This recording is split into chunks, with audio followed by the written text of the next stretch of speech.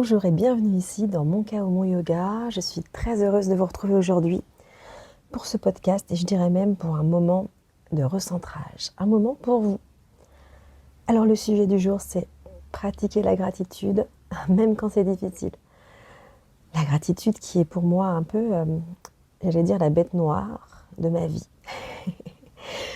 Avant de commencer vraiment à entrer dans le vif du sujet, posons ce mot. Donc qu'est-ce que la gratitude ? C'est la capacité de reconnaître ce qui est là, déjà là dans notre vie et d'en éprouver de la reconnaissance. Donc c'est un mouvement du cœur qui dit « Je vois ce que j'ai, ce que je reçois, ce qui me soutient, même dans l'imperfection. » Donc je vous disais que c'était ma bête noire parce que pour les personnes qui me connaissent, mon entreprise s'appelle Santosha Yoga. Et Santosha, c'est le contentement en sanskrit.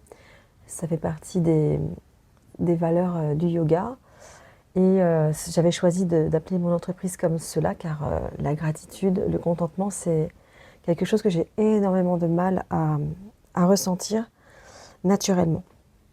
Donc le thème d'aujourd'hui, c'est cette gratitude vécue dans le quotidien, même quand elle ne vient pas naturellement. Donc. Et avec toute transparence, la gratitude n'a pas toujours été facile à cultiver pour moi, et elle est encore très difficile aujourd'hui.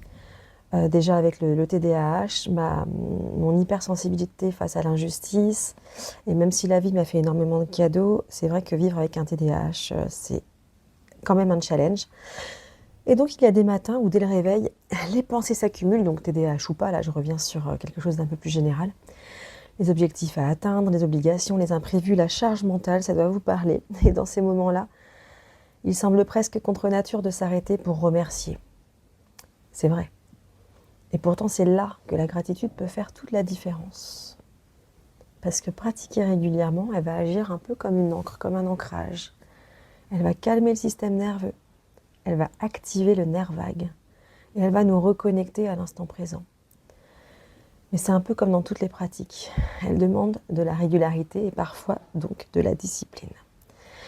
Ce que je vais vous proposer aujourd'hui, c'est de faire avec moi un exercice simple de gratitude. Donc vous pouvez vous installer confortablement et puis vous laisser guider ensuite.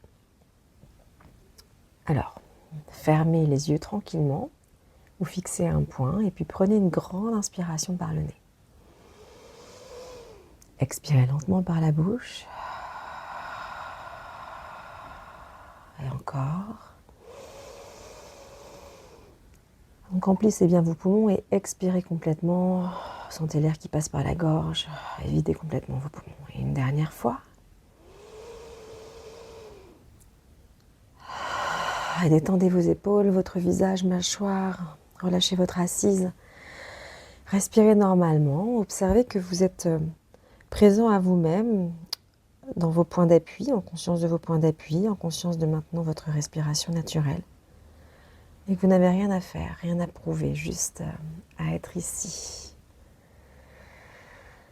Maintenant, je vais vous inviter à penser à une seule chose pour laquelle vous pourriez éprouver un petit peu de gratitude aujourd'hui. Donc cela peut être tout petit. Ça peut être le goût de votre boisson préférée, de votre boisson chaude du matin, la lumière du matin aussi, un petit mot reçu, simplement le fait d'être en vie. Vous pouvez penser à une personne qui vous est chère, un animal. Pensez à un événement. Donc laissez cette pensée venir à vous, en images, en sensations.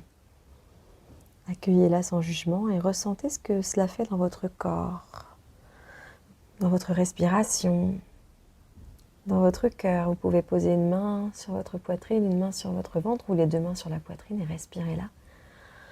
En pensant à cette situation, cette personne, cet animal, cet événement pour laquelle vous éprouvez ce sentiment, cette émotion de gratitude maintenant.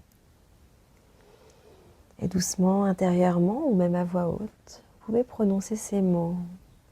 Ce mot, merci. Encore une fois, merci. Et une dernière fois, merci.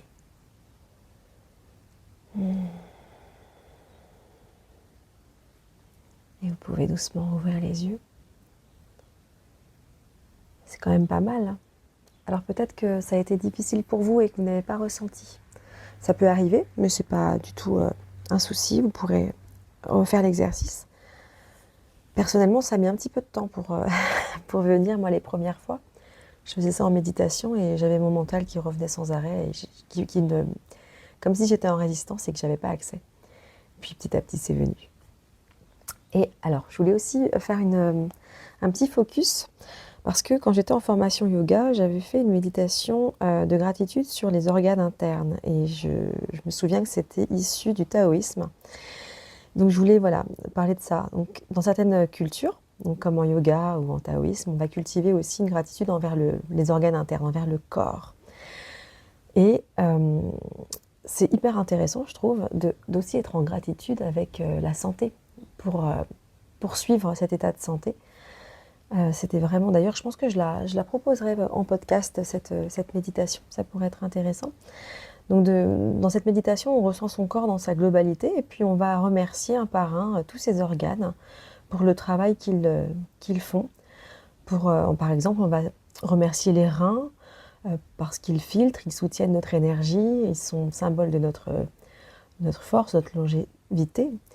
Et ils méritent aussi notre reconnaissance comme chacun de nos organes. Et ça maintient énergétiquement un état de santé. À partir du moment où on pose l'intention et on le dit avec notre cœur, ça va soutenir cette énergie positive du corps. Alors, par rapport à la gratitude, on a retenu ici que c'est pas forcément spontané au départ, mais c'est un petit peu comme un muscle, hein.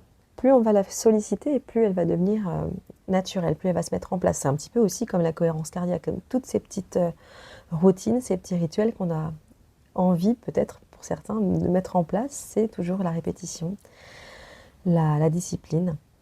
Et puis aussi, dans les matins qui sont les plus chargés, c'est au réveil, quand on sent qu'on a cette charge mentale, que c'est déjà un petit peu le stress, elle peut vraiment, cette gratitude, qui peut être d'ailleurs liée à la cohérence cardiaque, on peut la pratiquer pendant qu'on respire, la cohérence cardiaque, elle peut être vraiment un point d'appui, un levier d'apaisement, le point de départ de la remise en route du cercle vertueux.